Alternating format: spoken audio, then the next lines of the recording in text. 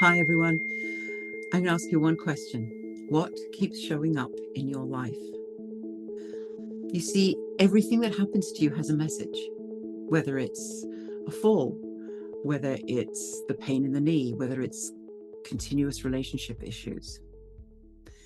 Life happens for you, not to you. So have you ever been in the position where you keep asking yourself, why does this keep happening to me? And you start to feel like a victim. But let me give you this little bit of information. Maybe all these things that keep happening are your highest consciousness's way of sending you a message. And it's up to you to find what the message is. Falls, for instance, and I'm a good example of this. Whenever I'm doing something that I'm not supposed to be doing, and I don't listen to the whispers, to the tiny messages that my highest consciousness is telling me, then I fall, literally face plant myself onto the sidewalk, and it stops me. It literally stops me from doing what I am thinking that I'm supposed to do. And then I stop and think, what was the message in the fall? Why did this happen to me? What am I not supposed to be doing? And it's quite eye-opening. And never once when I have I fallen into victim mode, because it's been so profound and painful that I've tried to make the pain better by asking myself, what divine message is in this fall? What am I supposed to learn from this experience? So everything that happens to you has a message. And the message can be literally found anywhere. Synchronicities, dreams, they can be found in books, oracle cards, posters, pictures on the wall, and repetitive numbers. And it's up to you to find the messages, but that's why we're here today, because I'm going to help you figure out what those messages are and find them not only just in oracle cards, but in everyday objects. Everything around you holds a message, and we're just going to find out where they are and how to decipher them. So let me just mention one thing. If you have a collection of oracle cards and that's your passion, and that's where you think all your messages are coming from, then that kind of puts blinkers on you, because your subconscious is only going to lead you to the messages that are in the oracle cards. But what if I asked you to open up your awareness, to realize that the messages can be in so many more places? Then that allows your highest consciousness to steer you into finding the exact message that you're meant to read. And there are lots of different ways of finding those messages, which through each episode, I'm going to teach you different ways. But for this episode, I'm going to teach you a really, really simple way. And it's not by saying, oh, that's my favorite oracle card deck, I'm going to find the message in that. It's it's allowing your highest consciousness to tell you this is where your message is held. And today, we're going to be using a pendulum. Very simple little device. It's basically just a chain with a ball or a weight on the end, which is connected to your highest consciousness, right? You're holding it. And this is going to be a simple tool to finding out where that message is. So especially if you feel that your intuition isn't really highly tuned, and you just need a little help, this is super. First of all, please, when you're using a pendulum, rest your elbow on the table so your hand's kind of like a fulcrum. You don't want to have extra bodily movements creating that swing in the pendulum. So I'm going to tell you a little personal story about the amazing pendulum, and how it kind of converted my husband to really believing that this is quite an amazing little tool that you can use to find out information. So it was about 4 years ago. I woke up really early in the morning, went to the bathroom, and was horrified to find a mouse in the bathroom. And I'm ashamed to say I acted like a real Victorian woman, screaming. I didn't jump up on the coffee table, but I was very close to it. So my husband got up. We're running around the house trying to catch this little mouse who was, I actually can't believe how fast mice run. And then it disappeared. So this mouse is somewhere in the house and we have absolutely no idea where it is. So I decided my pendulum, or pendy as I call it, is going to show me where the mouse is. And my husband looked at me like my wife has finally lost it. She's going to find a mouse with a chain with a ball on the end of it. So I basically told my pendulum, I want you to indicate where the mouse is by spinning around in a circle.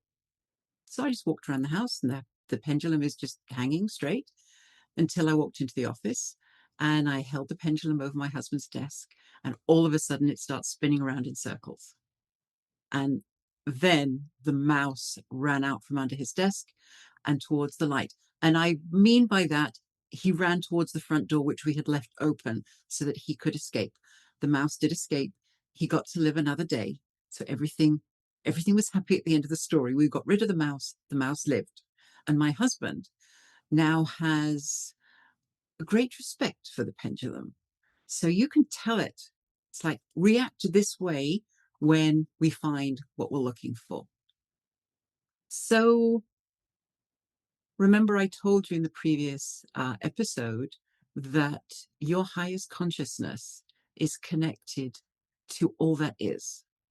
So the universe, the creator, the angelic realm, that place of infinite possibilities that holds all the knowledge that the world has ever known. That is what your highest consciousness is connected to. When you use a pendulum, your pendulum is swinging due to microscopic little twitches in your muscles, which are actually making it swing either forwards or backwards or round in a circle. And they're coming from your highest consciousness. But remember, your highest consciousness is connected to all that is. So basically, to cut a long story short, your pendulum is reacting to signals that you are getting from the universe. But you are moving it, but it is directing you. So just so that you understand where this information is coming from. So if you have never used a pendulum before, go and buy one. Just pick whatever feels right to you. If you particularly like a gemstone or just the whole artistry of it, then go with that. It's usually just a chain with a weighted ball on the end and a little tab just to hold the chain at the other end. So the first thing you need to do, or what I usually do, I keep mine in a little silk purse and I carry it around with me. So it's part of me. By the way, unlike the cards, who lots of people can use the cards, pendulum should be just yours. Yours alone. Do not share your pendulum with anyone. If anyone wants to use a pendulum, tell them to go buy their own.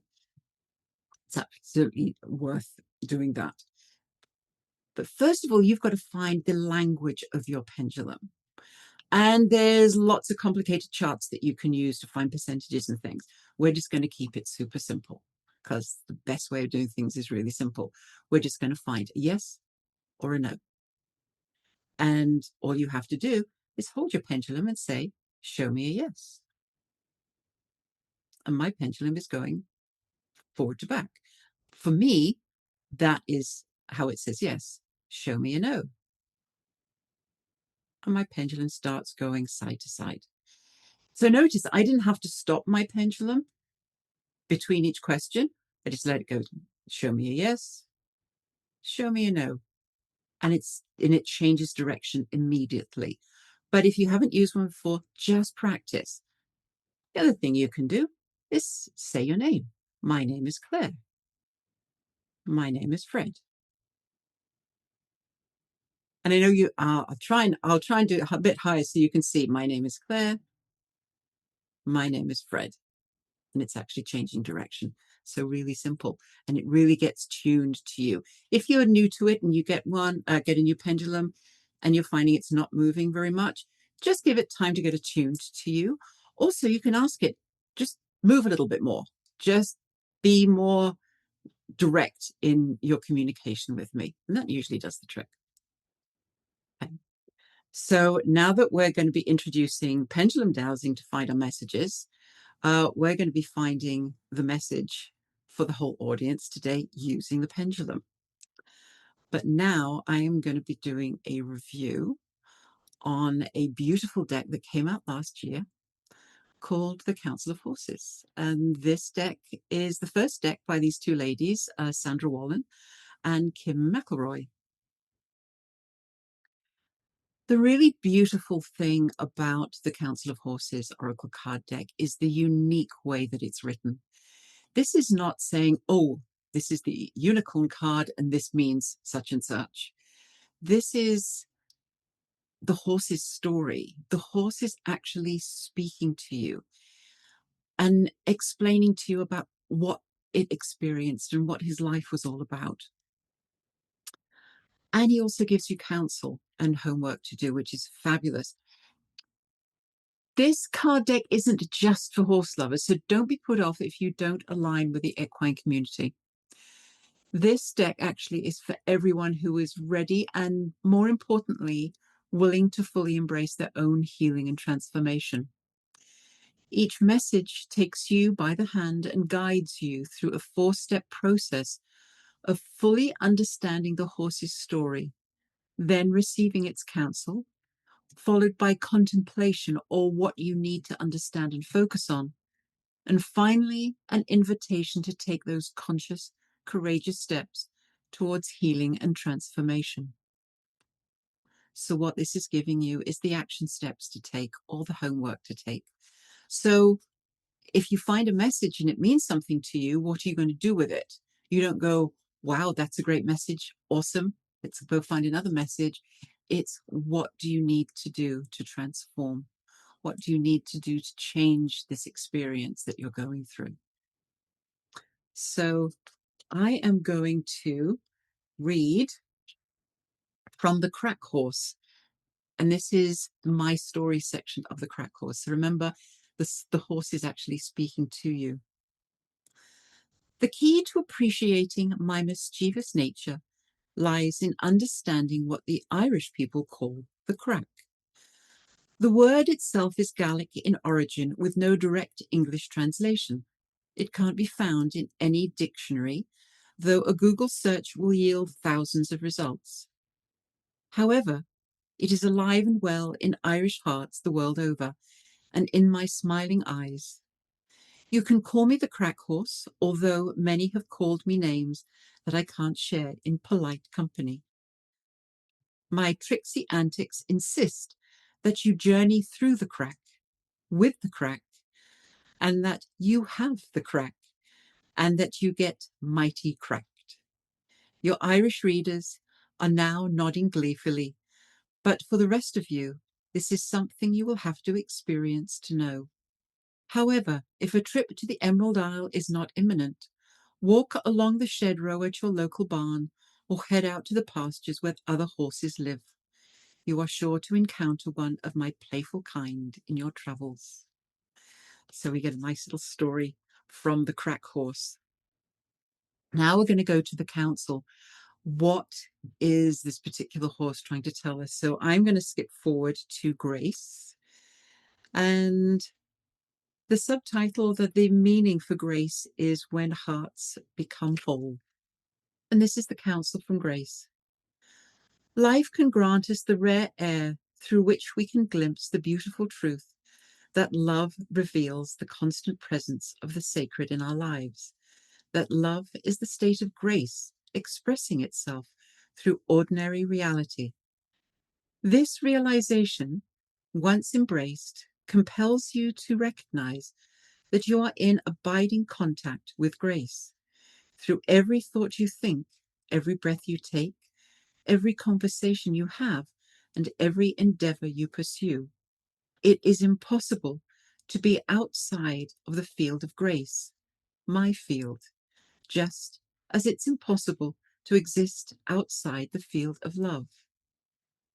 Grief may have pushed you to the outer edges of this field, or might yet. It can carry you out to the sea where the ocean, with its ebbs and flows and comings and goings, teaches the heart to be a graceful fulcrum that balances the fleeting and the eternal. When you immerse yourself in the healing waters of grace and allow your body to fully mourn who or what needs to be mourned, grief can't help but change, as it is meant to, into something else. And that something else is love. And I'm going to continue for the rest of this card, showing you the contemplations and the invitation from grace. So there are courageous questions to ask yourself if you had picked this card for your message. Do you quiet your grief because others are uncomfortable with it? If so, how does it need to be expressed? How do you hold sacred space for the grieving of others? What or who needs to be mourned? What and who needs to be loved? Are you able to love even the most ungraceful parts of yourself or of others? What form does grace take in your life? How do you experience it, express it, and embody it? And now the invitation. It is okay to feel emptied by loss. However, resist the tendency to fill the void with someone or something else instead. Allow the air to move into and through the hollow places so that it can create a healing opus to grief. The writing in this deck is so profoundly poetic and beautifully created that it's probably one of the only decks that I have read my message and have brought tears to my eyes, because it just has that unique energy about it. The transformation of a simple horse into a universal mother figure speaks to Sandra's understanding of mythology's power to illuminate truth. Grace becomes every wise woman, every healer, every nurturing presence that has ever offered solace to the brokenhearted. This writing succeeds on multiple levels, as spiritual guidance, as healing narrative, and as literature. It demonstrates that oracle card writing need not be simplistic or formulaic. Instead, it can be a vehicle for sophisticated storytelling that honors both the reader's intelligence and their spiritual seeking. The Grace card alone justifies the deck's existence, offering a reading experience that lingers long after the cards are put away.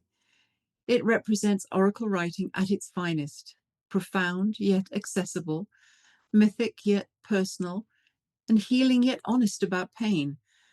This is literature that happens to be housed in an oracle deck, rather than an oracle text that aspires to literary merit.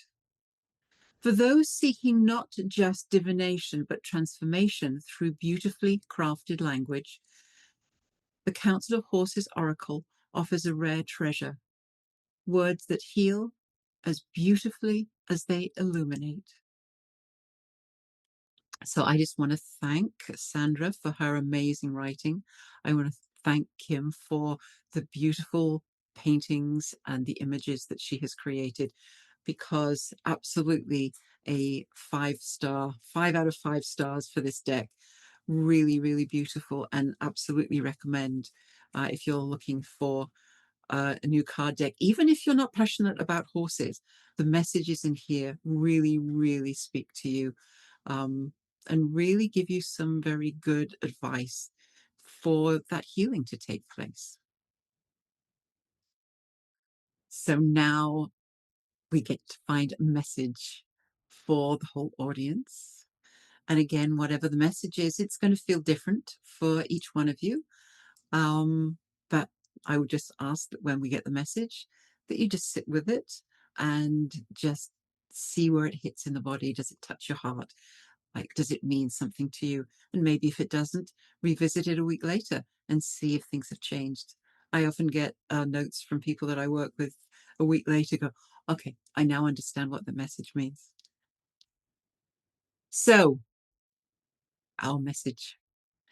So we're going to open our awareness. The message could be anywhere. And we're just going to see what the message is for everyone listening. So it's going to be difficult for me to hold my pendulum high. So if that's okay with you, I'm just going to rest my elbow on the side of the chair. So it's just steadied, and it's just the minute twitches in my hand that are coming from my highest consciousness. They're actually making the pendulum move. So I always start by making sure that I'm connected to it, saying, my name is Claire, my name is Fred. And that's true. It said yes to Claire and no to Fred, which is correct. Okay. So set the intention that I want a message for the whole audience. So my message can most easily be found somewhere in my office. Yes, so this is good. So you're not going to see me running off to the bedroom to go find another book. This message can be found in a book, in a deck of oracle cards. Okay, so it says no to a book and no to a deck of oracle cards. So we've got to figure out where else it's going to be. So looking around my office, the next thing I can think of is the message can be found in a wooden box. Yes, so the message is actually on a wooden box. The message can be found in a large wooden box. Yes. Message can be found in a small wooden box. No. Okay, so I wasn't expecting that to happen. So I have, you can't see, but on my bookcase, I have two wooden boxes with sayings on. So I have just retrieved the box, and the message for you today is courage is taking those first steps to your dream, even if you can't see the path ahead. So you can see that messages can show up in many, many places. Now, using a pendulum gives you the means to finding exactly where those messages are situated. So if you only had the opportunity of opening a deck of oracle cards, you would have to rely on the message being there, but your highest consciousness might want to steer you in a different direction. So using the pendulum gives you that opportunity of finding the message in a book, in a box with a saying on it, in a picture on the wall, in many, many different places. So it gives you a lot of power and a lot of ability to be able to find the exact right message meant just for you. And I know that message means a lot to me. And just sit with it and think, what do you need to be courageous about? What are those steps that you need to take in your life towards your dream? And having that courage, even if you can't see how you're going to get there, but just find the courage. And I'll leave you to ponder this. What steps do you have to take to reach your dream? And until next time, notice the messages in every moment. Bye.